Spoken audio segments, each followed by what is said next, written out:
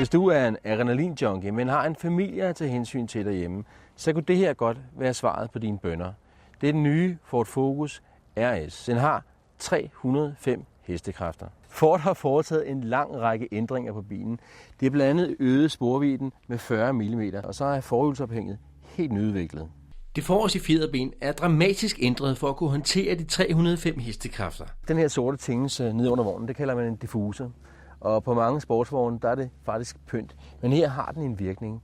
Den sørger for, at bilen klæber bedre til vejen ved høje hastigheder. Og hækspoileren her, det er heller ikke meget pynt. Den er blevet testet i en vindtunnel, og når en bil kan køre 260 km/t, som den her kan, så bliver det altså hurtigt nødvendigt. På racermanér har man samlet de vigtige instrumenter på toppen af instrumentpanelet. Du starter motoren ved en tryk på en knap, og sæderne holder dig et jerngreb, når det går stærkt. Og det kan du bande på, at det gør. Og så er der lige det med lyden. Du har lyd fra motoren, du har lyd fra indsugningen, du har lyd fra turboen, og du har lyd fra udstødningen. Og det er noget af det, en sportsvogn handler om, for du kan nemt gøre en 4-cylindret bil lige så hurtigt, men du kan aldrig få den til at lyde lige så godt. Der er turbokick i alle gearne, og uanset hvilket gear du ender i, også ved en fejltagelse, så er der masser af kræfter. Så kan man spørge sig selv, hvorfor Ford har valgt at lave en 305 hestes GTI med forhjulstræk. Der er flere årsager til det. Dels er det billigere, og dels er det sjovere. En firehjulstrækker er typisk mere effektiv end forhjulstrækker, men firehjulstrækket stjæler også kræfterne og gør bilen mindre sjov. Forhjulstræk, det er kedeligt. Jamen, det siger du kun, fordi du ikke har prøvet den her bil.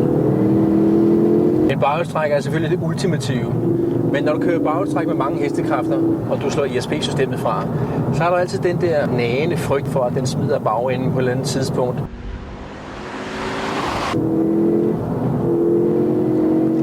Den er hurtig, den her. Og i fin balance. Og hvis jeg skal kritisere noget, så må det være, at man i hvert fald, når man stiger ind i bilen, føler, at man sidder for højt. Sådan var det øvrigt også i den gamle Focus RS. Lykkedes Ford at skrue en bil sammen, en GTI sammen, som er sjovere end nogen anden GTI på markedet. Jeg tror faktisk ikke, jeg har prøvet en bil til under 1 million kroner, som er lige så underholdende som denne her RS'er.